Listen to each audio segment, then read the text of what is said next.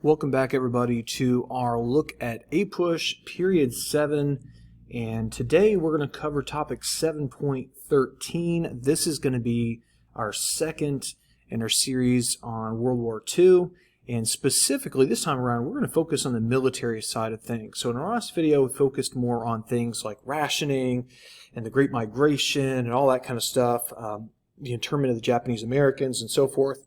But in this video we're going to focus on more like the battles and the turning points and strategy and all that good stuff. Now, this is a big topic, so I'm probably going to divide this into two videos just because one would be might be just too much all in one. But let's get into how the Americans are going to achieve victory in World War II. And we're going to begin by looking at the Pacific Theater of Operations first.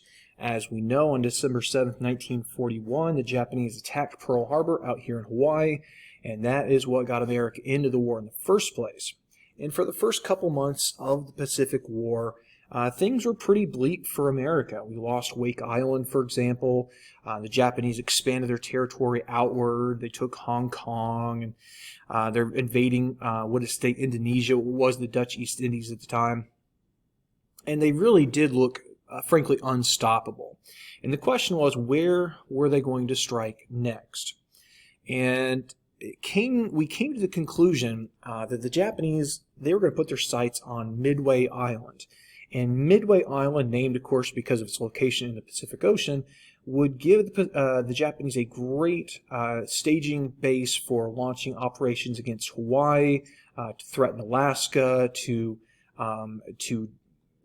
basically stop America, or at least limit American trade with, say, Australia, our key ally in the Pacific, and China as well.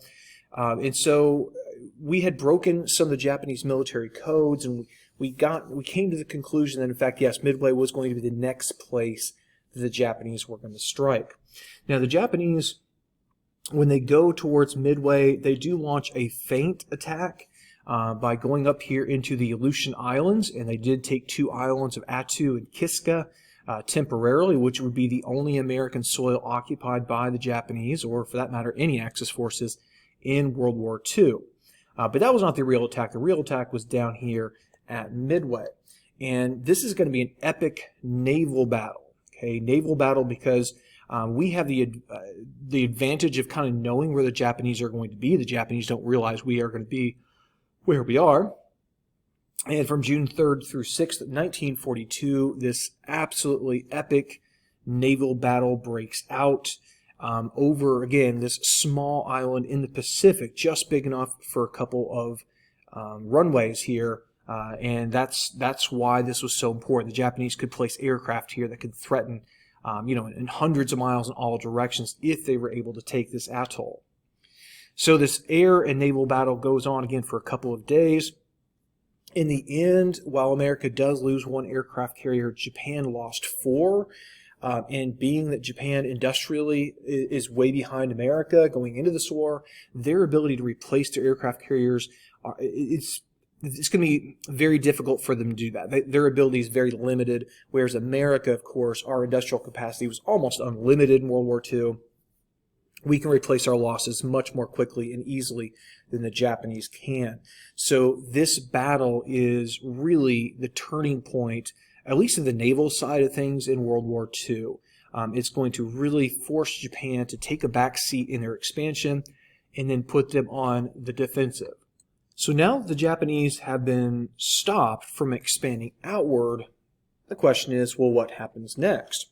And this requires a strategy for America to defeat Japan. So Japan's original plan in the Pacific was basically to sink our fleet at Pearl Harbor and then establish a perimeter of islands through all those island chains in the Pacific that would be so heavily defended that America would lose hope, and after a couple of bloody battles, they would kind of give up and let Japan have what they want in the Pacific. And we are going to reverse that strategy. We're going to fight our way through those island groups and beat Japan into submission. And the way we're going to do this is through island hopping. And island hopping is basically what it sounds like. We're going to leapfrog from island chain to island chain, closing in on Japan, strengthening our position and weakening the Japanese as we go, kind of tightening the grip on Japan. And one of the great architects of this plan is the Admiral Chester Nimitz. You can see he's got 5 stars there on his lapel. Very, very high-ranking military officer. So here's a map of our island hopping campaign. Heading again, from Hawaii and Midway and other places through island chain after island chain. And we're not going to go through all of these battles, but I mean, most of them are pretty epic. Battles like Tarawa, Guam, Saipan, Iwo Jima, all these places. I mean, these are just colossal battles in which we have to fight our way through the Japanese. And the Japanese were incredibly adept at defending their territory. They were not going to give up easily by any stretch of the imagination. All right, let's go back to the other side of the war now for a moment and talk about the so-called Battle of the Atlantic. And if you know anything about Winston Churchill, you know, of course, that he was the Prime Minister of the United Kingdom during most of World War II. And he once said that the only thing that really scared him in World War II, it wasn't the German bombers, it wasn't the German army, it was German submarines, the U-boats. And the reason for this, of course, is Britain being an island nation that's not self-sufficient is very vulnerable to some sort of blockade. And in 1942, the German campaign to sink ships that were supplying Britain really reached its peak. They were using what's known as wolf pack tactics. And what a wolf pack tactic is a U-boat would basically spot an enemy ship or enemy convoy. They would radio to other submarines in the neighborhood. They would all converge just like wolves on it, on its prey, and then just rip the convoy apart. And they were sinking ships faster than they could be rebuilt. And of course, every ship that goes down, those are lives lost, tons of material lost, gas, weapons, ammunition, you name it. And things are looking pretty bleak. What helps the Allies turn the tide and win the Battle of the Atlantic is by using better convoy tactics where they have warships, what they call escort aircraft carriers, so like a mini aircraft carrier, long-range planes that can fly over the convoy, radar, so they can detect enemy aircraft, enemy submarines when they surface at night. They could actually see through the night using radar. They could find the German U-boats and sink them. Again, air patrols we talked about, trying to bomb bases where the U-boats are launched from France in particular. But the number one tool at our disposal is the fact that we had broken the German Enigma code. Here's the Enigma machine. This is something that was, ultra top secret. We could not let the Germans know that we had broken their code because then they would have changed it. So the fact that we could read the German messages meant that we kind of knew where to go to hopefully avoid the submarines and make this Battle of the Atlantic that much more effective. Now, staying with our European topic, let's now look at the so-called Second Front. So the big three in World War II, as you might remember from world history, would be Winston Churchill of Great Britain, Joseph Stalin of the Soviet Union, and our buddy FDR from the United States. And Stalin was just hounding Churchill and FDR to do something to weaken the German attack. Because when the Germans attacked the Soviet Union on June 22nd, 1941, the Germans and their Axis allies attacked the Soviet Union with something like 3 million soldiers. And they marched all the way basically to the gates of Moscow by December of 1941. And even though the Germans had been pushed back a bit, 90% of the German war effort was focused on the Soviet Union. And Stalin was begging us to invade somewhere in Western Europe to create this so-called Second Front that would divert some of that German strength away from the Soviet Union and kind of even out the fight against the Nazis. Now, if you know anything about World War II in terms of the leadership, you know that there were these periodic conferences among the big leaders. And one of these took place in January of 1943 at Casablanca, which is in North Africa. And FDR met there with Churchill. They're going to discuss war plans, how to progress further, and so forth. And at this conference, they announced this policy of unconditional surrender.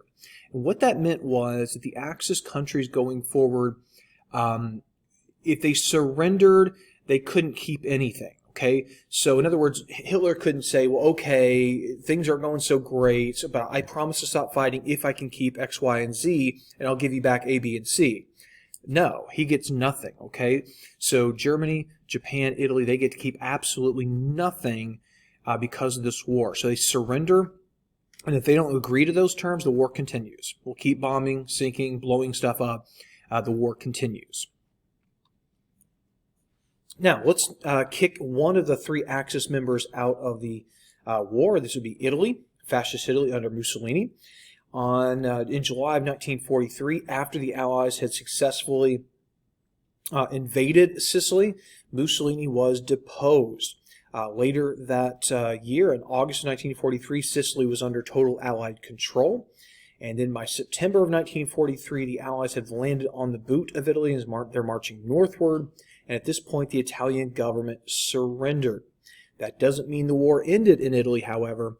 What's going to happen next is the Germans are going to pour down from the north and try to use Italy as kind of a cork in the bottle, right, to keep the Allies from advancing further north. And Italy is a defender's paradise with its mountainous terrain and rather rickety infrastructure. Is very difficult for the Allies to make progress in Italy. And this war will continue in Italy all the way until the very end in the spring of 1945. All right, let's look at D-Day now. And this, of course, is the big turning point in the western part of the European theater. And back in December of 1943, the big three, all three met for the first time together in Tehran, which is the capital of Iran. And there they discussed what to do going forward. And what they came up with was this idea of coordinated attacks. These coordinated attacks would involve the Western Allies, that's Britain and America, attacking Nazi-occupied France, invading there to kick the Germans out. And at the same time, the Soviet Union under Stalin would launch a massive counteroffensive in Russia to push the Germans back further. And basically, this is going to begin this process of putting the Germans kind of like in a vice, you know, just tightening the grip, and eventually there's just nothing left. So by the summer of 1944, the preparations for D-Day are finished. These are preparations and plans years in the making. Some 3 million fighters are gathered in England, ready to jump across the English Channel and take on the Germans and liberate France. The majority of these soldiers are going to be Americans. So the idea was, let's give an American command over the entire Allied Expeditionary Force. And that commander was General Dwight David Eisenhower, future President Dwight D. Eisenhower, better known by his nickname Ike, I-K-E, Ike, which I guess is a nickname for Dwight. I don't know, but that's what he went by.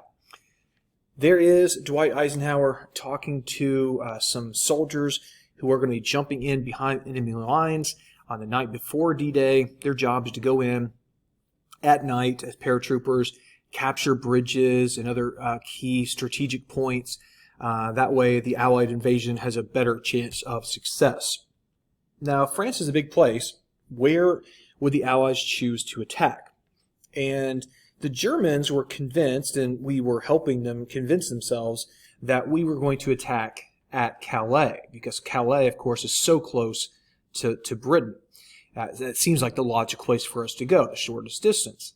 But we instead choose Normandy, this region right here, kind of central part of northern France. That's where the Allied armies are going to land. Now, I mentioned a moment ago that the Germans were convinced we're coming up here. We had helped them along with that by creating this fictional army that was located basically right here under the command of General Patton. And we do our best to convince the Germans to keep as many soldiers up here as possible and not down here where we're actually going. And I've got an example of one of those means of fooling the Germans. This is obviously an inflatable tank, and for German observation planes, they probably wouldn't know the difference between a real tank and an inflatable tank from a couple miles up in the sky. The invasion takes place on June 6th, 1944. It was, some people called it the longest day. Some people called it the Day of Days. The official name actually was Operation Overlord. The invasion of France on 5 beaches. Utah and Omaha were American beaches. Gold, Juno, and Sword were British and Canadian beaches. There were also other Allied soldiers going in. There were Free French soldiers landing. There were some Polish soldiers, Belgians. You know, there was a variety of other Allied, but American and British were the primary components here in these battles.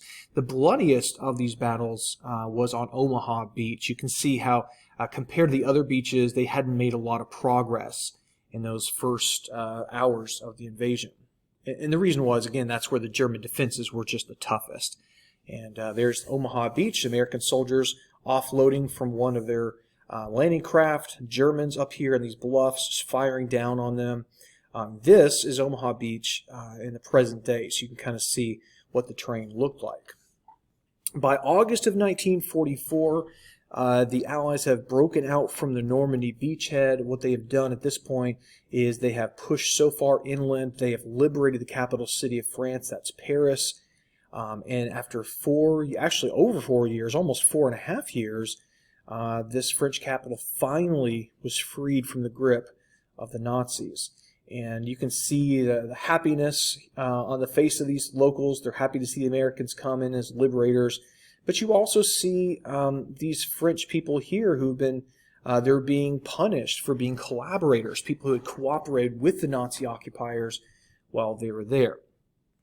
All right, guys, I think that's all we're going to do in our first video. In our second video on World War II, we're going to pick up by looking at the last days of Hitler, and then we will do basically the same thing for Japan, talk about how they were defeated, and obviously that's going to involve the plan, the Manhattan Project to develop the nuclear bomb. So that'll be ahead in our next video in World War II.